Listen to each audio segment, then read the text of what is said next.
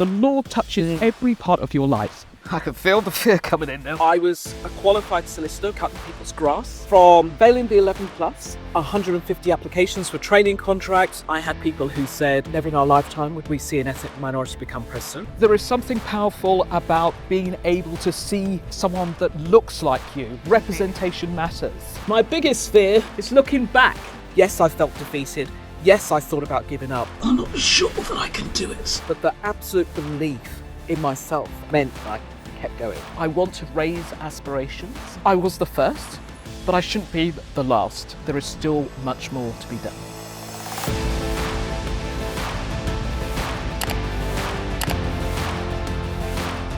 I'm Tanuke, adventurer and entrepreneur.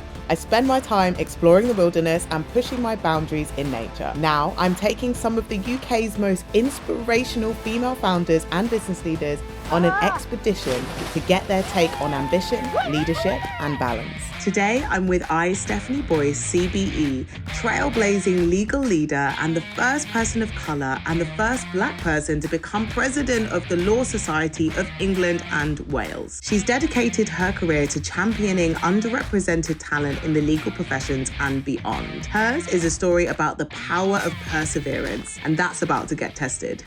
I'm here with Dr. Stephanie Boyce, CBE, come on.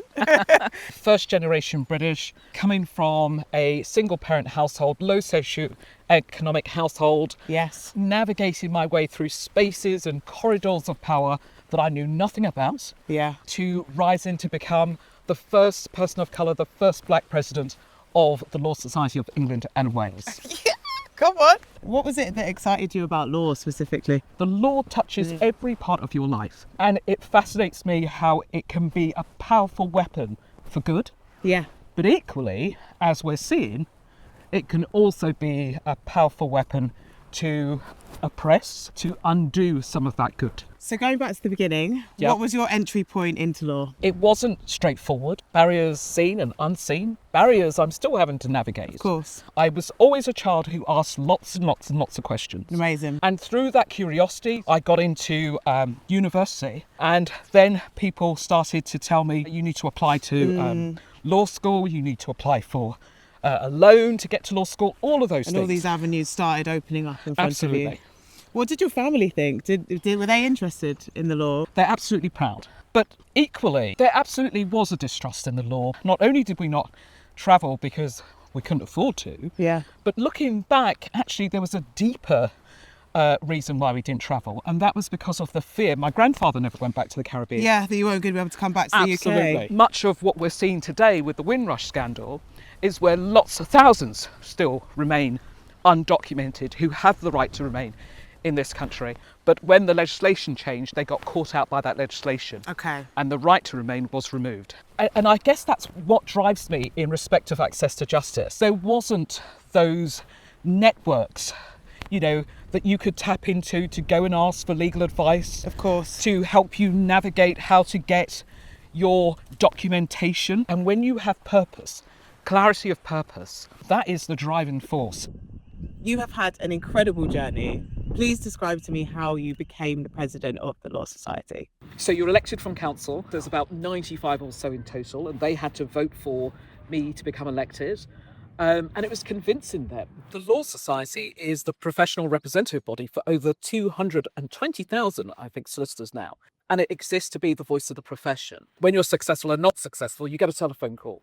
And I got a telephone call from the then CEO who told me that I have succeeded. I felt defeated. I rolled up or curled up in a ball in my home. And I just sat there curled up and I just cried. And then when I finished crying, I picked myself up, I brushed myself off, and I thought, how am I going to do this again? So there was never any point when you felt like giving up? Oh, absolutely. There were times where I felt like giving up. From failing the 11 plus to not getting into university, not having my high school diploma from America recognised, where I finished high school in America, to 150 applications for training contracts. I wanted to be a litigator. So I left at the end of my 2-year training contract unemployed. No job to go to. I was a qualified solicitor, but there I was cutting people's grass, to the 4 attempts it took me to become president. People said it wasn't going to happen. Go home and rest, Stephanie, you're embarrassing yourself. I had people who said, never in our lifetime would we see an ethnic minority become president, and haven't succeeded and done that for the first time in almost 200 years. There was something so strong inside that just kept me going. Yes, I felt defeated. Yes, I thought about giving up, but the absolute belief in myself and that quiet determination to keep going meant that I picked myself up and I kept going. So is there a personal mantra that helps you get through the tough times? That realisation that every door is open if you push. Yes. You persevere until something happens. It took me 4 attempts to, get to presidency, but I tell you something for nothing. I would have kept going. Yeah. A 5th, a 6th, a 7th, because for me, not only to irritate the hell out of everyone, but because it was just important to be seen. I absolutely believe that you have to get uncomfortable. Totally. In order to get comfortable. I flourish in discomfort. Okay, well, we're about to put that to the test, honey. Did you say you were going first to show me how it's done?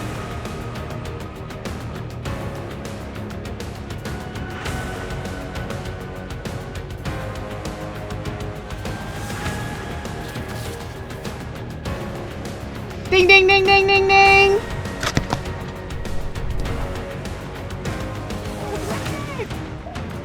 It looked easier going up than it did coming down. I'm knackered already.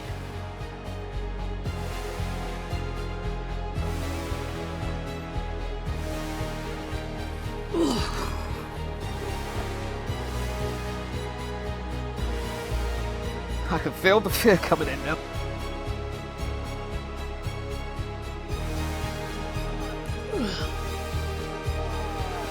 So, Stephanie, what do you think is your biggest fear? Gosh, my biggest fear is looking back. I think if you spend too much time looking back, you don't see where you're going. How does this feel compared to some risks that you've taken in your career? Well, this feels very scary because I can see what's around me, whereas some of the risks I've taken, you can't see what's ahead of you, you can't see what the outcome is. And I guess as I'm sat here resting, there is comfort in being resting, but I can't stay here forever.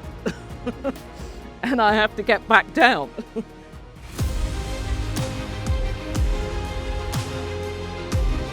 Look, I want to get to that bit, but I'm not sure that I can do it.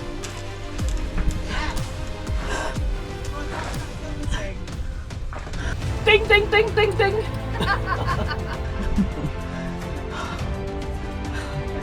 I'm absolutely exhausted. Absolutely smashed it. I can't believe it's her first time even going up like rock climbing. She's totally killed it. I'm so proud of her. Praise the Lord, praise the Lord. Well done. That was amazing. I can't let my mother see this. Because at one point I was going to give up. I thought, that's far enough. I thought, nah, because I wouldn't forgive myself. If I came away, Yeah, and thought I could have. I could have. You did it. I did it. That is an unbelievable achievement. It is really, really, really high. I went all the way up there and beyond. Literally. I couldn't see my way up at certain points. I mean, obviously, with your guidance, but isn't that the whole thing about leaders? We don't always have the answers. We don't always have, See the way forward. see the way forward. But the measure of a good leader is admitting when you have got it wrong. And you were stuck. And I was stuck. And my support, you and others, was telling me where to go, what to do, and that confidence and that faith that I could. So how did the physical fear that you experienced when you were up there compare to the fear in big leadership decisions that you've had to make? With this physical fear, I can feel myself now coming down, the calmness. And once I got my feet back on the ground, absolutely, I felt comfort relief in that. Whereas emotionally, you make a decision, it's out there, and then sometimes you kind of wait for all the noise. I can't say I'm in a hurry to do it again. So you obviously can't change everything as a leader, but how do you pick your mission? Gosh. So when I came into office, I said that my mission was to leave the profession more diverse and inclusive than the one I entered. Yeah.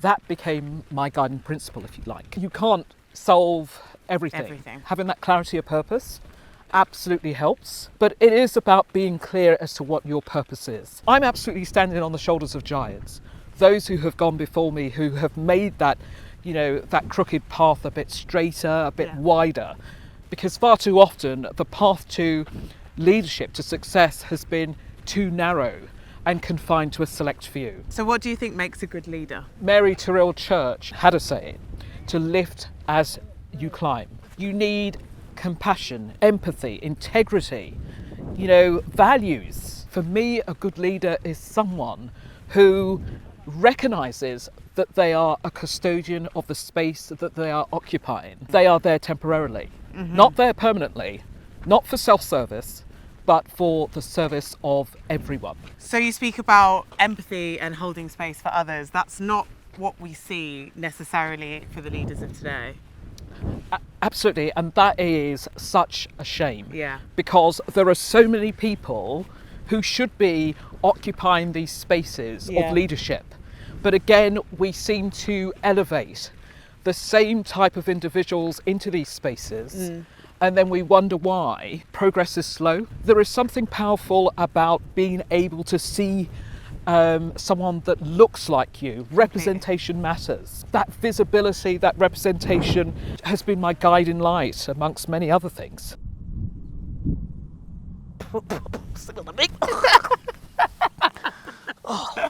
Is it gone? Yeah, it's gone. Good job you didn't get that on film. So do you aspire to be the change or to wait for the change? Oh no. If you wait for change, you're going to be waiting a hell of a long time. I always say don't wait for permission. I didn't wait for permission to occupy this space, because if I'd waited for permission, I'd still be waiting. I just went ahead and did it. I'd rather seek forgiveness than ask for permission. When I was first elected as Deputy Vice President-elect, I was interviewed. One of the questions I was asked was about the challenges that I faced as a woman.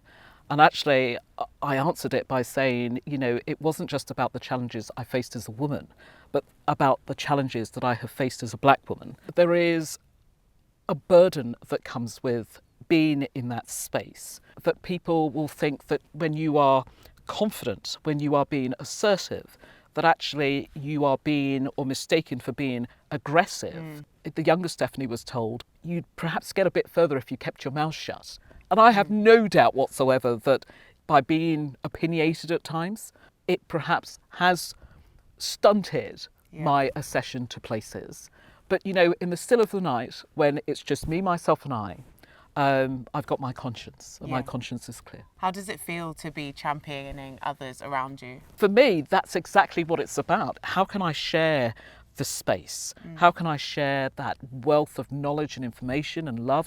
That's why I go into schools, and I want to raise aspirations. And that's one of the reasons why I wanted, when I was in that role, for it to be so accessible, so visible. For me, that's my calling, that it's holding that space. I was the first, but I shouldn't be the last. There is still much more to be done. So what are your hopes and dreams for the future?